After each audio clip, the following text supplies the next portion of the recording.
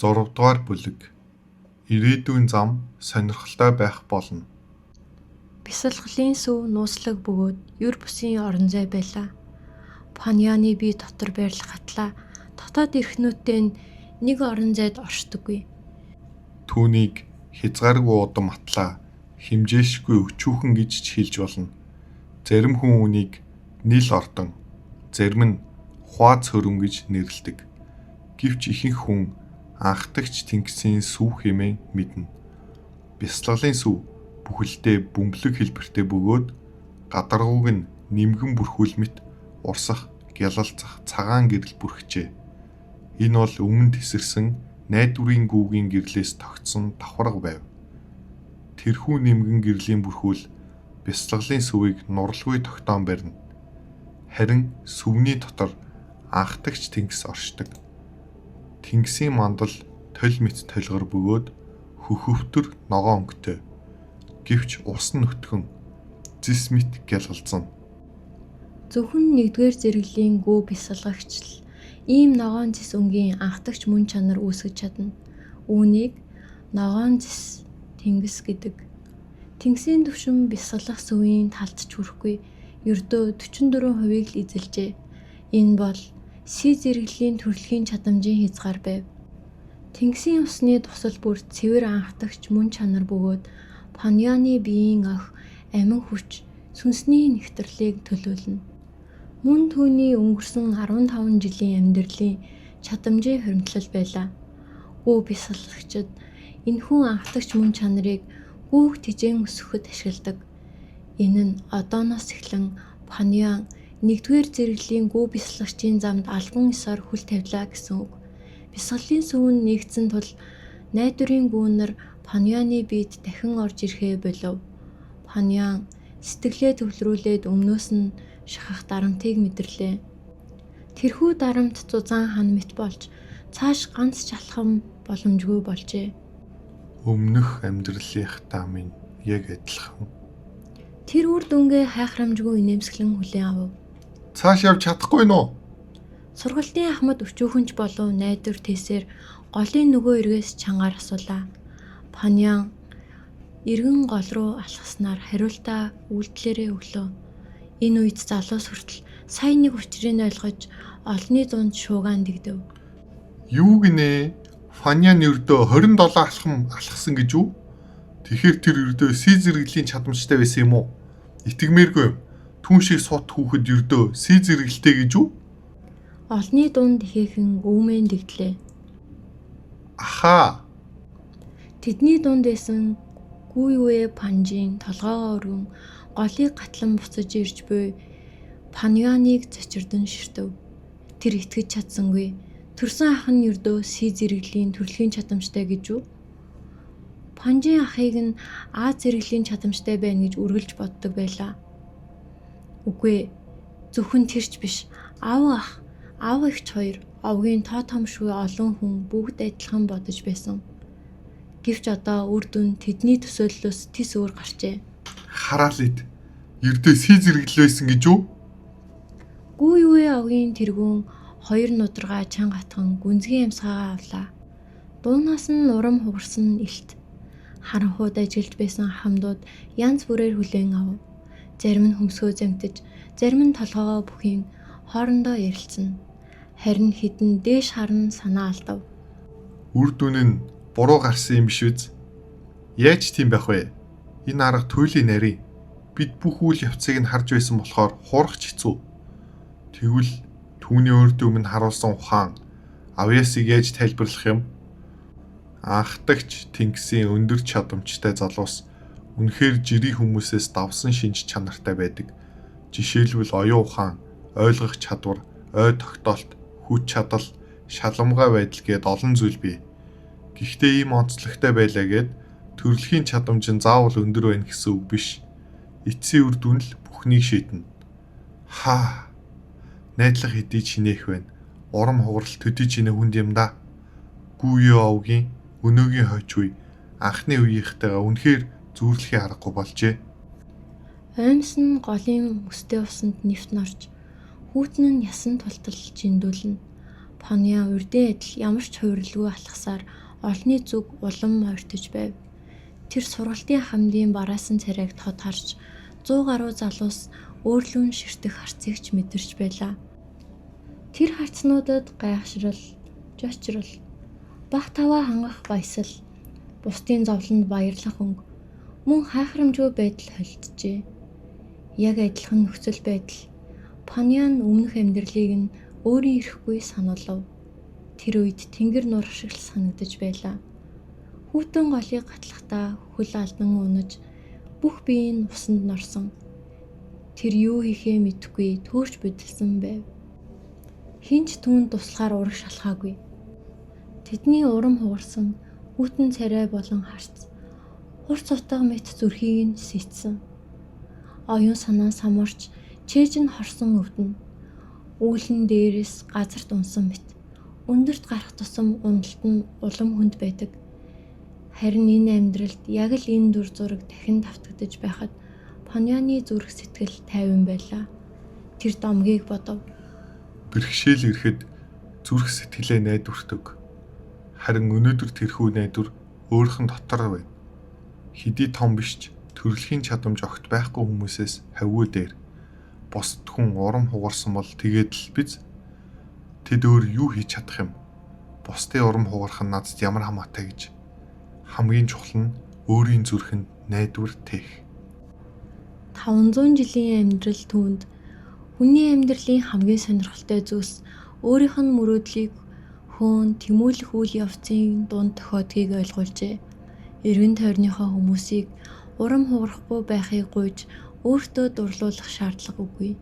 Өөрийнхөө замаар алах. Бусад хүн хүснээрээ урам хугарч дургуйцжил байг.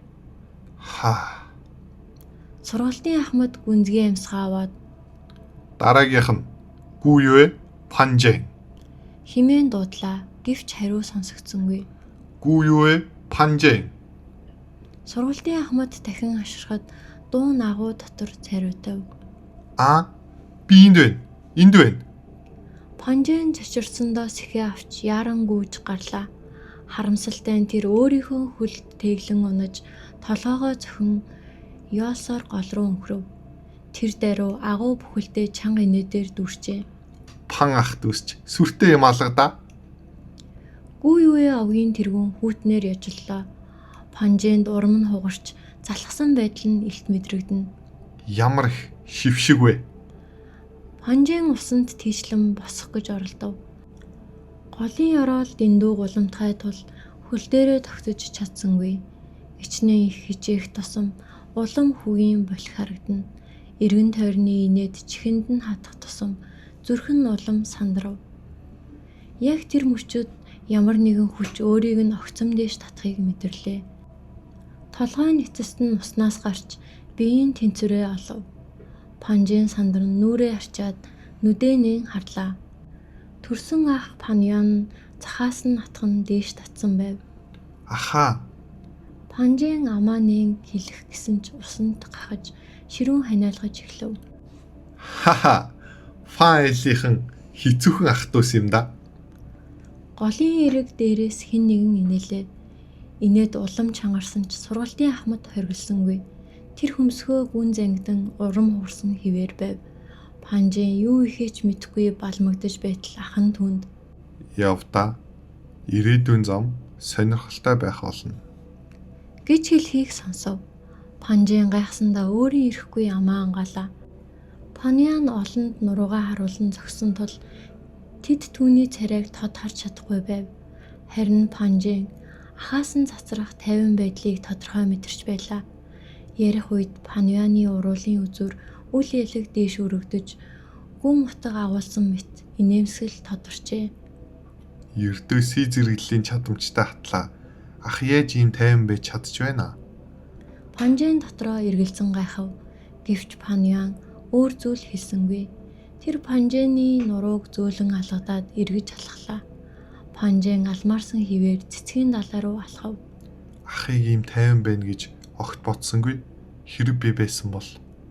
Тэр толгоогоо бүхэлгэн санаа бодол нь өөр тийш сарнсан чигээр ураг шалхаллаа. Гэвч өөрийнх нь ямар гайхамшигт дүр зураг бүтээж байгааг огт мэдсэнгүй.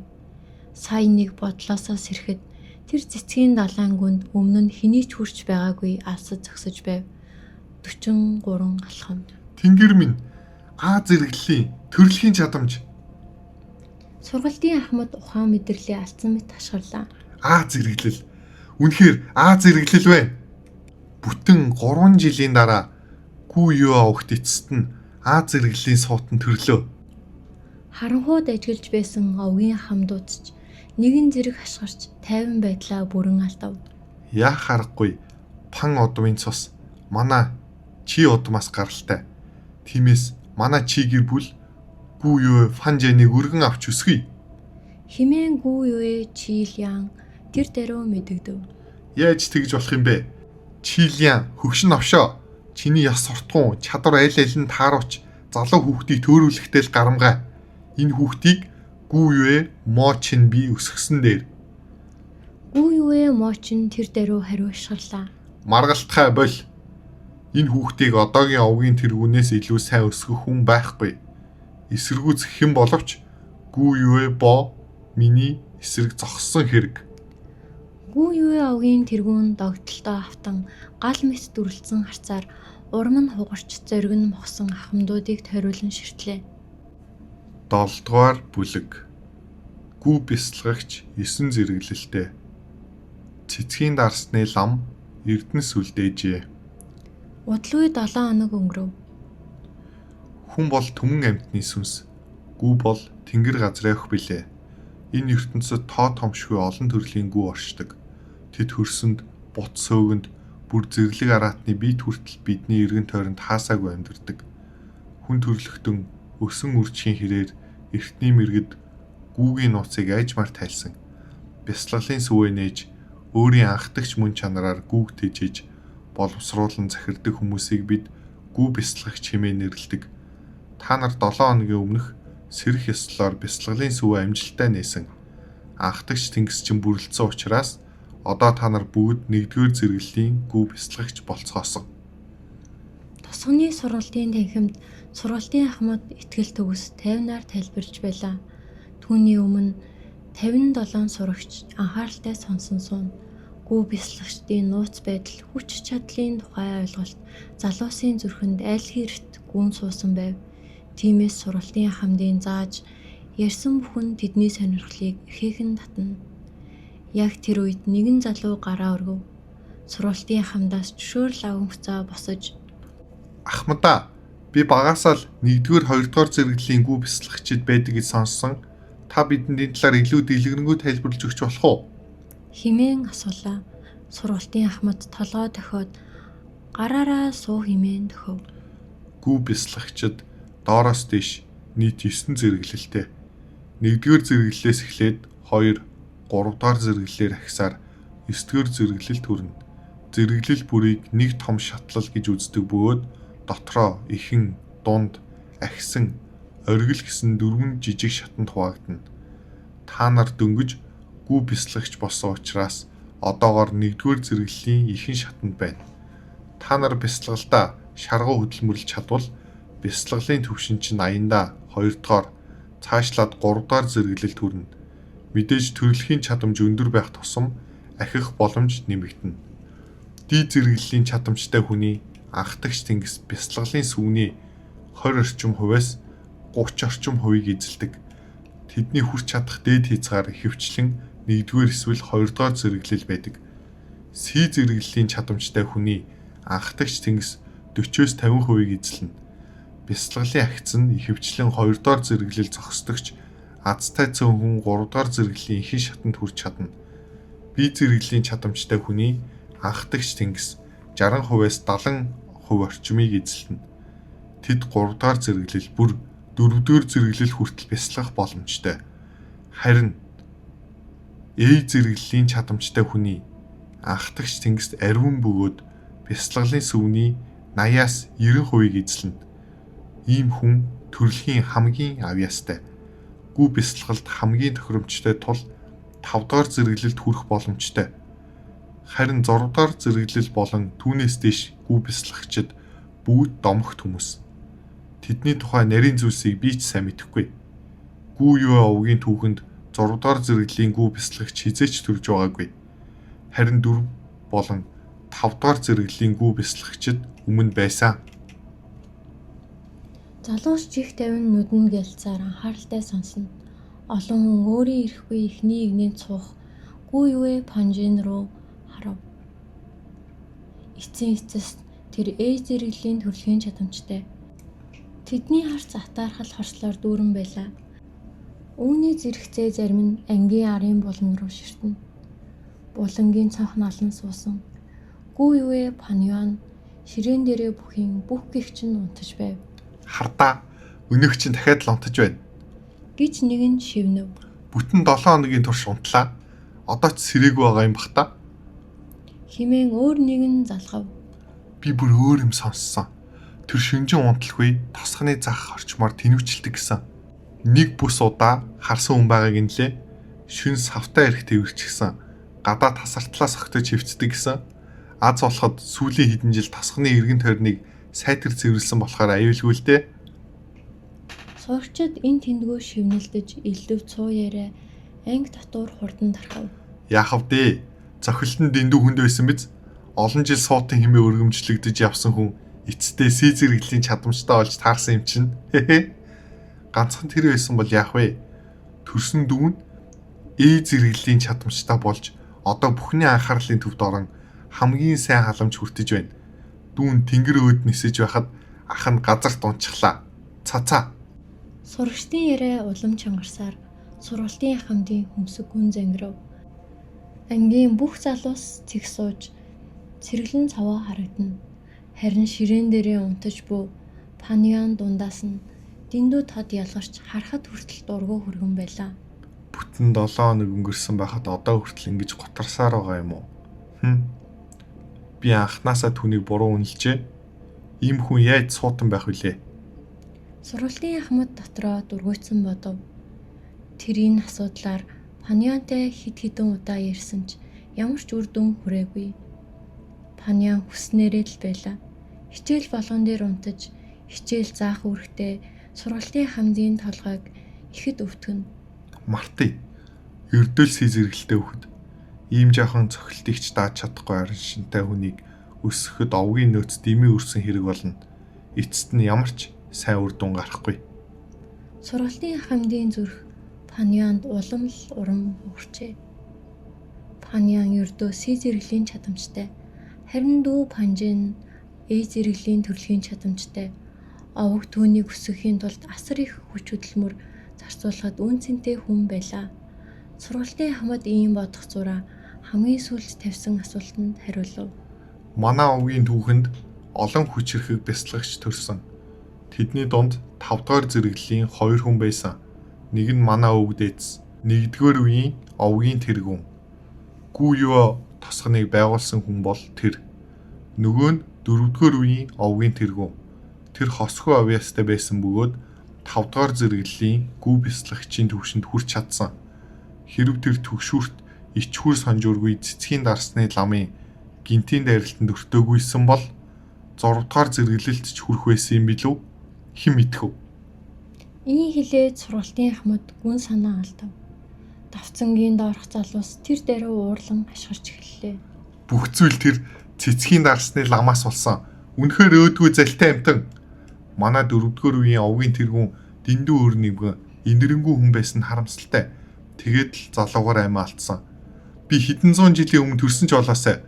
Тэр чөтгөртэй таарсан бол муухай царайг нь урж хаях байлаа. 4-р үеийн овгийн тэргүүн болон цэцгийн дарсны ламын түүхийг гүүюэ овгийн хүн бүр мэднэ.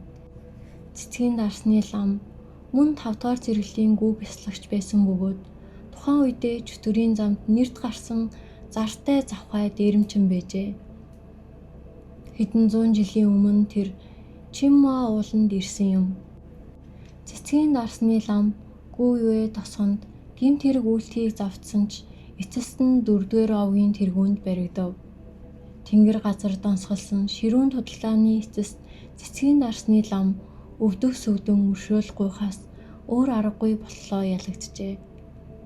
4-р үеийн овгийн тэргүүн Үр нэгэн нинжин сэтгэлтэй тул түүний амийг хэлтрүүлэхээр шийдсэн байв. Гэвч цэцгийн дарсны лам гинэт дайрч 4-р үеийн овгийн тэргүүнийг хүнд шархтуулжээ. Овгийн тэргүүн хилэгнэж цэцгийн дарсны ламыг газар дээр нь хөнөв. Гэвч түүний хүнд шарахыг эмчлэх боломжгүй байсан тул удалгүй нас баржээ. Тиймээс гүйвэ овгийнхны зүрхэнд 4-р үеийн овгийн тэргүүн тосгоныхоо төлөө амиа золиолсон агуу баатар болон үлдсэн юм. Цэцгийн дарсны лам гэж үү? Ангийн шуугантай ярианд сэрсэн Паньян нойрмог нүдээ нээлээ. Тэр биеэ сунгаад дотроо бухимдан бодов. Цэцгийн дарсны ламаа чи ер нь хаана хүсэн юм бэ? Би бүх тосгоноор хайгаад байхад яагаад өвийг чинь олж чадахгүй байна? Түүний дурсамжид овгийн нэгэн гүү бяслагч хайр сэтгэлдээ шархалж архинд орсон байдаг. Одоогоос 2 сарын туршмын дараа тэр хүн хит согтон тосгоны гадаа хэвтэж байхдаа биеэс нь хангалсан архины үнэрээр өөрийн мэдлгүй нэгэн архины үт татсан юм. Гүү бяслагч хөөрөн баярлаж түүнийг барихаар шийджээ. Архины үт яаран зүгтхад тэр араас нь мөшгөн хөөсөөр газрын доорх нүхний амийг олж дотогш орсон байна. Архины үт бол маш үнэтэй ховор төрлийн гүү. Хагас согтуу байсан өнөөх гүү бяслагч азаа үзэхээр шийдэж нөхрөө орсноор газар доорх нууц агууд хүрчээ. Тэндээс цэцгийн дарсны ламын арга яс болон түүний үлдээсэн өвийг олсон юм. Гүү бяслагч тосгонд буцаж ирээд олсон зүйлийнхээ талаар мэдээлэхэд овог даяар асар их шуугайн дэгдсэн. Хожим нь тэр гүү бяслагч үүнээс асар их ашиг хүртэж бясалгалын түвшин нь гинэт бусдаас онцгойрон дээшилсэн. Өмнө нь өөрийг нь орхисон хайртай бүсгүйн хүртэл дахин түүнд татагдаж хэсэг хугацаанд овгийнхны ярианы гол сэдэв болсон билээ. Харамсалтай нь би энэ мэдээг хэсэг бусгаар нь л сонссон болохоор яг байршлыг нь мэдэхгүй. Өнөөдөр дахин төрнө гэдгээ урьдчилан мэдэж байсан биш үү? Цэцгийн дарсны ламаа чи ер нь хаана хүсэн юм бэ? Сүүлийн хэдэн өдөр Паньян их хэмжээний арх худалдан авч шүн боломогт тосгоны эргэн тойрноор тэнүүчилжээ. Тэр архины үнэрээр архины үтийг татахыг хүссэн юм. Харамсалтай нь архины үт нэг ч удаа гарч ирсэнгүй. Энэ нь түүний урмыг ихэд хугалжээ. Хэрв архины үтийг олж амин гүү болгон боловсруулж чадвал овгийн сарны гүүгээс хавгүй дээр байх байлаа. Нүд ирэмхийн зур 4-р сар болчихлоо. Надад үлдсэн хугацаа тийм ч их биш. Паньян санаа алдаад цонхоор гадагш харав. Хөх тэнгэр, цагаан үүсийн доор өртгөн ногоон уус, ас хол үргэлжлэн, ойр хавьд хусан төгөл байв. Энэ нь Чимма уулын өвөрмөц жадад хус. Хус бүр шугам татсан мэт зэх бөгөөд үзүүр нь жадны хушуу шиг юр бусын хурц. Холгүйхан ой мод аль хэдийн ногоорон эхэлжээ. Шар ногоон өнгийн далайд шинэхэн нахиас хоёолно. Үе үзэсгэлэнтэй өнгө алгалсан болжмрууд өчр дээр бууж суун. Хаврын сэлэх уул усны цэвэр агаарыг тэврэн авч ертөнц даяар түгэн. Нэг мэтгэд хичээл бараг дуусчээ. Сургалтын ахмад эцэст нь мэдэгдэв. Энэ 7 хоногт би та нарт бясалгалын сүвдэх анхдагч тэнгисээ хэрхэн шинжиж шалахыг заалаа. Мөн бясалгалд орж бие доторх анхдагч мөн чанараа хэрхэн хөдлөхийг сургасан. Одоо та нар амин гүүгээ боловсруулан эзэмших цаг ирлээ. Хичээл тарсны дараа бүгд сургалтын газрын гүүгийн өрөөнд очиж нэг гүү сонгоно. Гүүгээ сонгосныхаа дараа гэртээ хараад түүнийг боловсруулан эзэмшихэд бүх анхаарлаа төвлөрүүл. Гүүгээ бүрэн боловсруулж чадсан хүн сургалтын танхимд буцаж ирээд хичээлээ үргэлжлүүлэн суралцаж болно. Үүний зэрэгцээ энэ бол та нарын анхны шалгалт. Шалгалтыг хамгийн түрүүнд дуусгасан хүн 20 анхдагч чулууны өгөөмөр шагнал хүртэнэ. Энэхүү бичлэг таалагдсан бол лайк дарж Wildcard аудио сувгийг subscribe хийгээрэй. 8 дугаар бүлэг. Юмс хэвээрээч хүмүүс өөрчлөгдөнө. Сургуулийн нэгмийн хажууд гүүгийн өрөө байв. Тэр өрөө тийм ч том биш. Ердөө 60 хавтгай дөрвөлжин метр талбайтай. Гүү бясалгачийн бясалгалын замд гүү бол хүч чадлын түлхүүр билээ. Хичээл тармагц догдолж хөөрсөн залуус гүүгийн өрөө рүү яаран очив. Игнээ загс. Нэг нэгээрээ ор. Гинэт хэд хэдэн хүн чангаар хашгирлаа. Гүүгийн өрөөний цаана харуул байх нь мэдээж. Залуус нэг нэгээрээ орж сонгосон гүүгээ аван гарч ирсээр эцэст нь Паньяны ээлж болов. Энэ бол нууцлаг өрөө байлаа. Дөрвөн хананд нь дөрвөлжин хохрууд гаргаж тэдгээрийн дотор дахин янз бүрийн хэмжээтэй дөрвөлжин нүхнүүд гаргажээ. Зарим нь том, зарим нь жижиг. Хамгийн том нь шавар тоогооноос томгүй, хамгийн жижиг нь хүний нудрагаас багагүй байв. Тоо томшгүй олон дөрвөлжин нүхэнд янз бүрийн сав байрлуулжээ. Саарал чулуун сав, хөх ногоон хаш тавг, нарийн хийцтэй өвсөн тор, шавар зуух гээд олон зүйл харагдана. Тэдгээр савнд төрөл бүрийн гүү хадгалжээ. Зарим гүү нь ямар ч чимээгүй байхад зарим нь жиргэн тачигнаж, сэрчигнэн янз бүрийн авиа гаргана. Эдгээр чимээ нийлж амьдралын нэгэн өвөрмөц аялгауг бүтээж байлаа. Гүү бясалгагчид 9 зэрэглэлтэй байдгийн адил гүүч 9 том зэрэглэлд хуваагддаг. Энэ өрөөнд байгаа бүхэн 1-р зэрэглэлийн гүү. Паньян эргэн тойрноо хараад л нөхцөл байдлыг ойлгов. Ерөнхийдөө 1-р зэрэглэлийн гүү бясалгагч зөвхөн 1-р зэрэглэлийн гүү ашиглаж чадна. Хэрэг өөрөөсөө өндөр зэрэглэлийн гүү хэрэглүүл асар хүнд төлөөс төлөх хэрэг гарна. Түүнээс гадна гүүг тогтмол тижээх шаардлагатай. Өндөр зэрэглэлийн гүүг тижээх их зардлыг доод зэрэглэлийн гүү бясалгагчид хэвшлэн даах боломжгүй. Тиймээс онцгой нөхцөл байхгүй л бол шинээр бясалгаж эхэлсэн хүн анх босруулан эзэмших гүүгээрээ үргэлж 1-р зэрэглэлийн гүү сонгодог. Гүү бясалгагчийн хамгийн анх босруулсан гүү онцгой ач холбогдолтой. Тэр гүү эзнийхээ амьтай холбогдсон амин гүү болно. Хэрв амин гүү өвхвөл гүү бясалгагч өөрөө асар хүнд цохилт амсна. Харамсалтай юм. Уг нь би цэцгийн дарсны ламын архины өтийг олж амин гүүгээ болгохыг хүссэн. Гэвч одоо хүртэл цэцгийн дарсны ламын арга хэсний мөрийг ч олоогүй. Хизээ олохоо эсвэл надад өмнө өөр хүн олчих эсхийг ч мэдэхгүй. Найдвартайг нь бодоод эхлээд сарны гүүг авъя. Паньян дотроо санаа алдаад зүүн талын хан даган шууд алхав. Тэр ханны дээд игнэний нүхнүүдэд мөнгөн тавнууд өрөөстэй байлаа. Тавг бүр дээр нэг гүү байна. Тэгээд гүү болор мэт тунгалаг, хавирган сар шиг хэлбэртэй бөгөөд хөх болрын хэлтэрхий шиг харагдана. Мөнгөн тавны дэвсгэр дээр намуухан үзэсгэлэнтэй мэдрэмж төрүүлнэ. Сарны гүү хэмээх нэрлэдэг энэ гүү бол гүү ювэ овгийн нутгийн онцгой гүү байв. Овгийн олон хүн сарны гүүг амин гүүгээрээ сонгодог. Сарны гүү байгальд төрдөггүй. Гүү ювэ овог нууц аргаар үржүүлэн бий болгосон төрөл зүйл юм.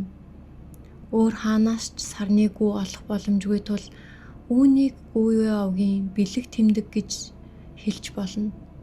Эд бүгд 1-р зэрэглэлийн сарны гүү учраас хоорондоо бараг ялгаагүй байлаа. Паньян нэгийг нь санаандгүй сонгон авч алган дээрээ тавив. Сарны гүү маш хөнгөн. Нэг хуудас цаастай ойролцоо жинтэй. Тэр жижигхэн талбай эслэх бөгөөд ердийн хаш зүйлтний дайтай байлаа. Паньян алган дээрээ тавихад нэвт гэрэлтэх биеийнхэн цаанаас өөрийн гарын хээг хүртэл харж чадна.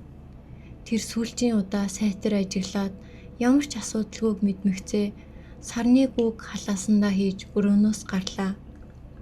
Гүүгийн өрөөний гаднах цуваа урт хэвээр байв. Дараагийн залуу Паньяныг гарч ирэхийг хармагцаа. Догтлон яарн дотогш орлоо. Бусад хүн байсан бол гүүгээ ахмагцаа хамгийн түрүүнд гэртээ харж яаран босруулан эзэмших байв. Харин Паньян үүнд яарсангүй. Түүний бодолд архины үт байсаар л байлаа. Архины үт сарны гүүгээс хавьгүй үнэтэй. Сарны гүү гүүвэ тосгоны онцгой гүү боловч гүү бясалгачид үзүүлэх тусна архины үтнийхтэй харьцуулахын аргагүй. Гүүгийн өрөөнөөс гарсан Паньян шууд архины мухлыг зорилоо. Эзэн 7 жил дарсан 2 сав архи өг.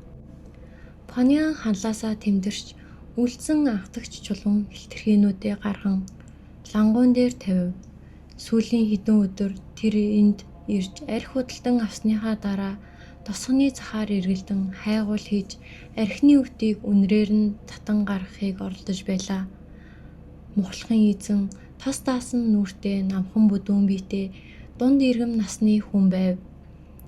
Тэр хэдэн өдрийн дотор Паньяныг хэдийн таньдаг болжээ. Залуу эзэн ирвүү? Тэр Паньянтай мэднэлэх зураа бүдүүн богино гараа сунгаж анхдагч чулуун хилтерхүүнүүдийг овжин хамав. Алган дээрээ тавьсныхаа дараа гараа дээш доош хөдөлгөн жингэн үцгэд яг л таарч байлаа. Үүнийг мэдмэгц мухлагын эзний инээмсэгэл улам тодров. Анхдагч чулуу бол энэ ертөнцид хэрэгэлдэг мөнгө бөгөөд бүх барааны үн цэнийг хэмждэг. Үүний зэрэгцээ анхдагч чулуу нь ертөнцийн өх мөн чанар нэгтэрч бий болсон биет тул гүү бясалгагч өөрийн бясалгалд ашиглаж болдог. Мөнгөний шин чанартай атлаа өөрөө хэрэглээтэй учраас дэлхий дээрх алттай төстэй. Дэлхий дээр алтан стандартад суурилсан мөнгөний тооцоо байсан бол энэ ертөнцид түүний оронд анхдагч чулуу хэрэглэгдэнэ. Гэхдээ алттай харьцуулахад анхдагч чулууны худалдан авах чадвар бүрч өндөр. Гэвч Паньян ингэж үргэлжлүүлэн зарцуулбал хичнээн олон анхдагч чулуутай байсан ч хүрэлцэхгүй. Өдөр бүр 2 сав архи. Бүтэн 7 хоног өнгөрлөө. Анх байсан хөрөмтлөл маань бараг дуусчихлаа. Паньян 2 сав архиа барин мухлагаас гарахдаа хөмсгөө үл ялэг зангидав. Хүн гүү бясалгагч болсныхоо дараа анхдагч чулуунаас мөн чанарыг нь шууд гарган авч бясалгалын сүвдэх анхдагч тэнгисээ нөхөж чадна.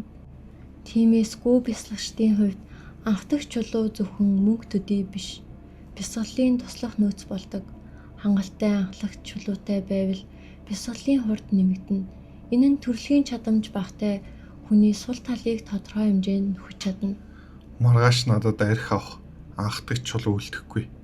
Гэтэл архины үт огт гарч ирэхгүй юм. Үнэхээр сарны гүүг амин гүүгээ болгон боловсруулахаас өөр аргагүй гэж үү? Паньяны сэтгэл хансангүй. Тэр 2 сав архиа барин алхах зураа бодолд автав. Сургалтын ахмад амин гүүгээ хамгийн түрүүнд боловсруулан эзэмшсэн хүнд 20 анхдагч чулуу өгнө гэсэн. Одоо олон хүн гэртээ гүүгээ боловсруулахаар бүх хүчээ дайчлан тэргүүн байрын төлөө өрсөлдөж байгаа биз? Харамсалтай нь амин гүүг боловсруулан эзэмших нь хүний төрөлхийн чадамжийг илүүтэй сордог. Анхдагч тэнгисийн чадамж өндөр байх тусам давуу тал их.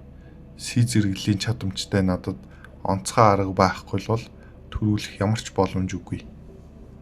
Яг тэр үеэс араас нь гүүвэ Паньжины дуу сонсогдов.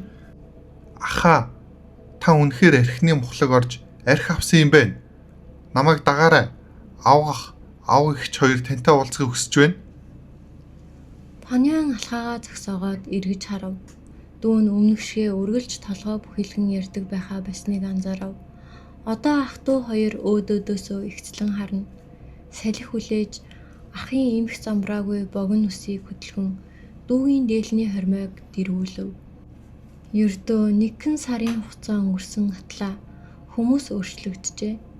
Сэрэх ёслолоос хойш 7 хоног өнгөрөхөд ах トゥ хоёрын амьдралд асар том өөрчлөлт гарсан байлаа. Ах Паньян үүлэн дээрээс газар унаж суутан химээх алдраа хайр найргүй алдсан. Харин дүүнд гэрэлтэн цацарч шин од мэт айжмаар мандаж эхэллээ. Дүү Паньжины хувьд энэ өөрчлөлт түүний ертөнцийг бүхэлдэн донсголсон юм. Тэр эцэст нь ахыхаа урд нь мэдэрч байсан зүйлсийг амсаж эхэллээ.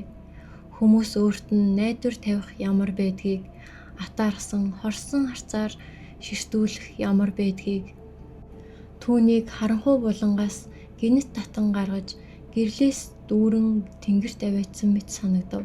Өдөр бүр сэрэхтэй маш сайхан зүүдэлж байгаа мэт байлаа. Өмнө бол одоогийн хүмүүс өөрт нь хандах хандлага өдөр шөнө шиг ялгаатай.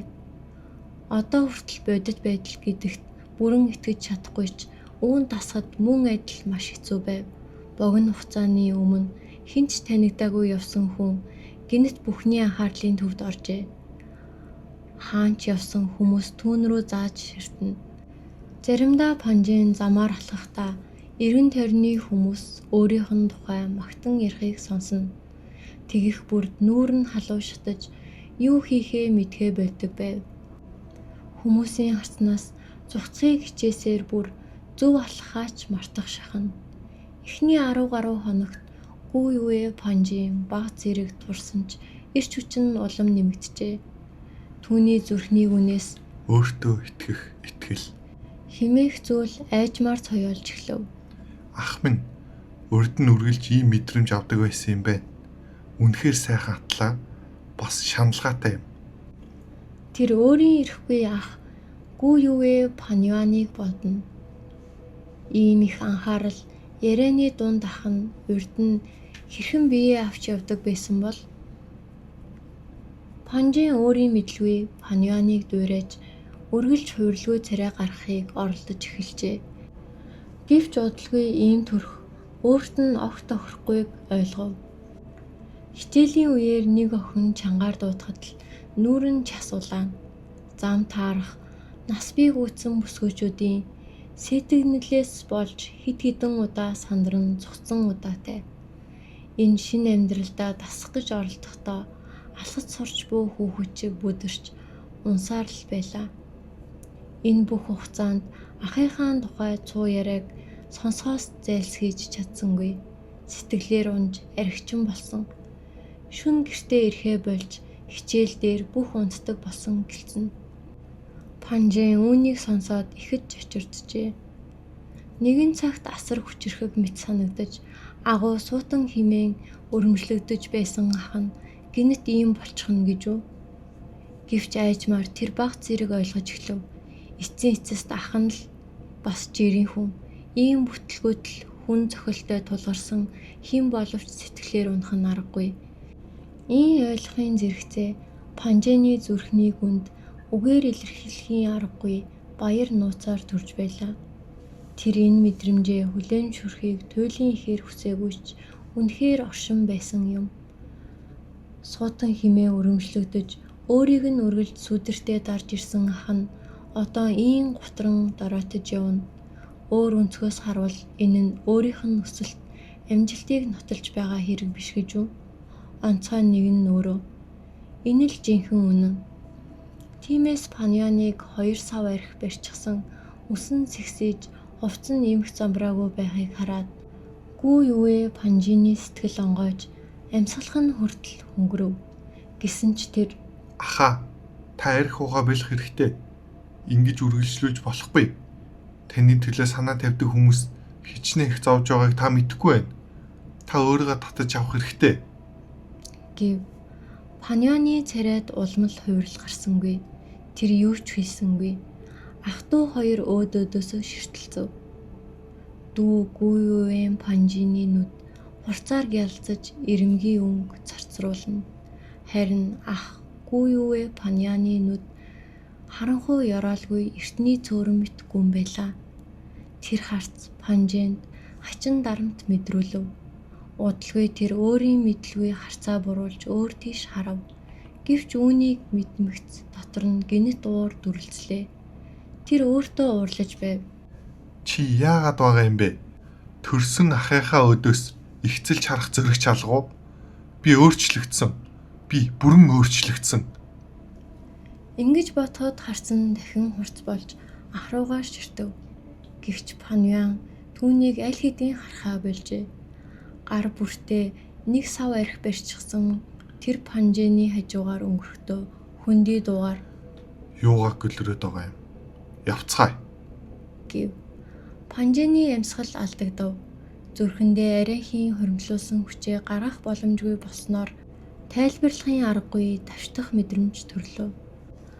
Ах нь нилээд холцныг хараад үүсхийн тулд алхаагаа хурцхаас өөр аргагүй болов. Гэхдээ энэ удаа толгоогоо бүхийлгсэнгүй. Толгоогоо өргөн нарны гэрэл өөд алхана. Харин харцан ах Паньяны сүүдэр дээр гიშгэх өөрийн хоёр хүлд тогтсон байлаа. Энэхүү зохиолын үргэлжлэлийг уншихыг хүсвэл wildcard.audio.com сайтаар зочлоорой. Дараагийн ангиар дахин уулзах хүртэл түр баяртай.